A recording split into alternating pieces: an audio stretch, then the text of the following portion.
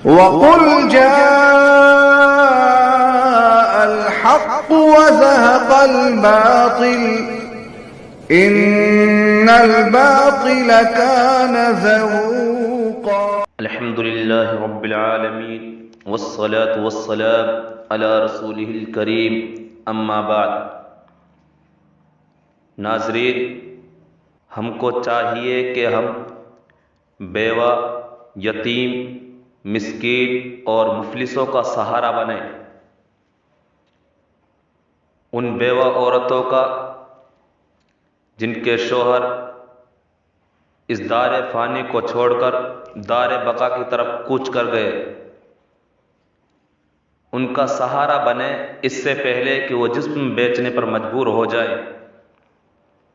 एक रोज़ गाड़ी में सवार ऑफिस की तरफ जा रहा था कि अचानक एक लड़की पर नज़र पड़ी जो शक्ल से शरीफ घर की बेटी लग रही थी।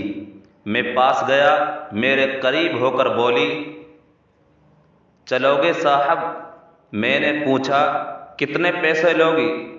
कहने लगी, आप कितने देंगे? मैंने उसकी नीली सी आंखों में झांक कर देखा, वो बेबस सी थी।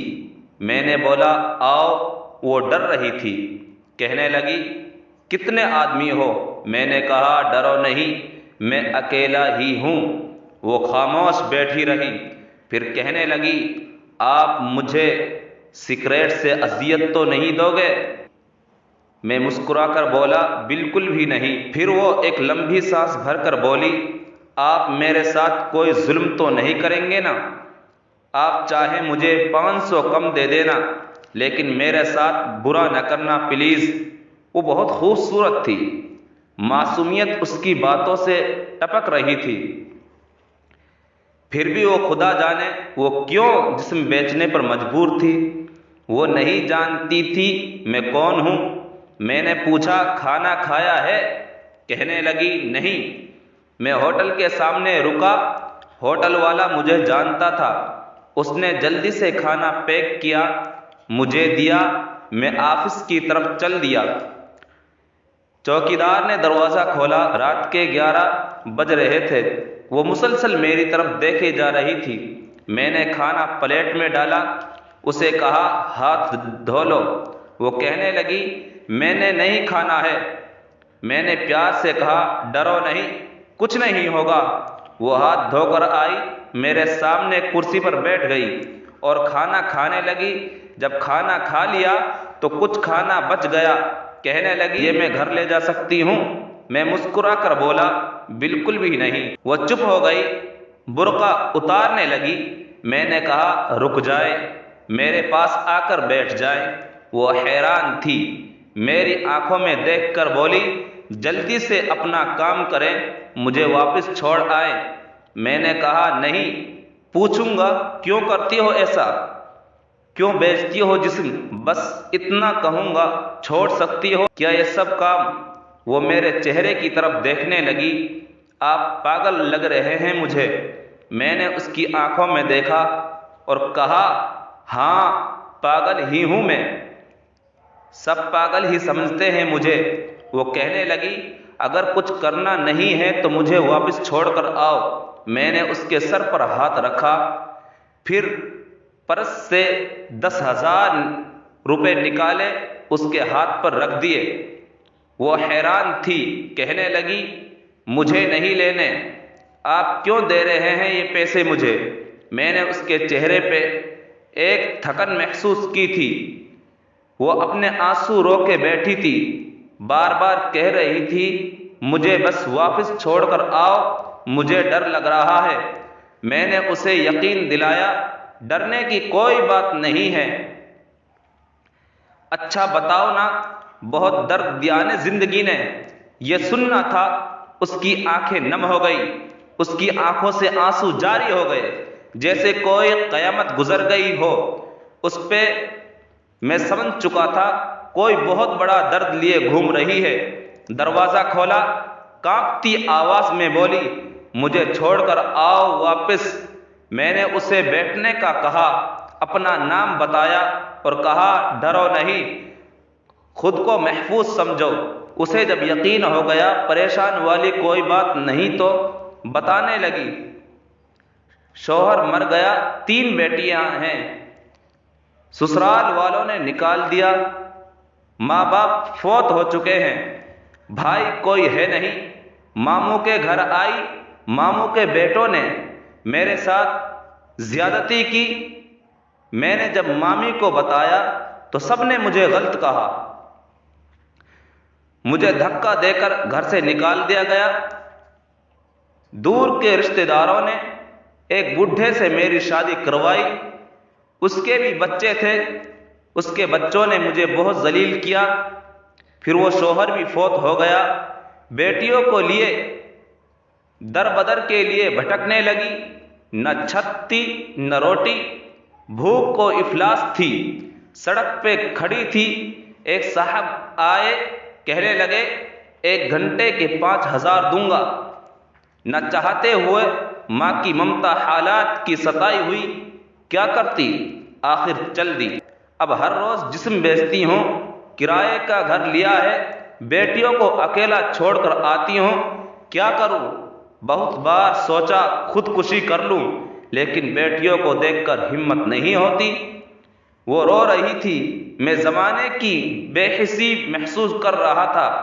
उसके सर पर हाथ रखा, उससे कहा, मैं तुम्हारा भाई हूं, आज से तुम अपनी बेटियों को लो और ऑफिस के ऊपर वाले एक रूम में रहो।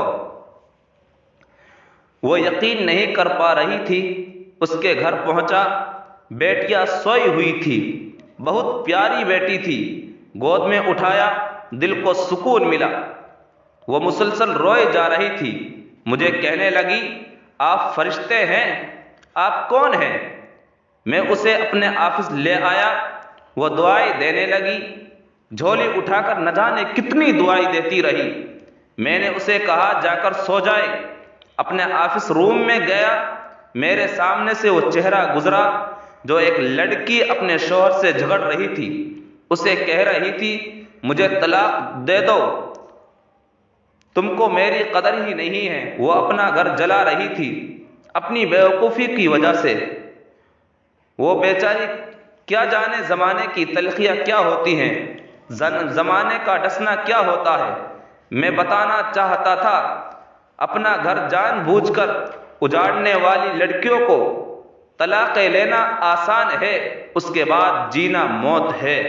कभी सास का रोना, कभी ननद का सताना, कभी जिठानी से लड़ाई, यह हर घर की बात है। इसका हरगिज मतलब तलाक लेना या घर उजाड़ना नहीं है।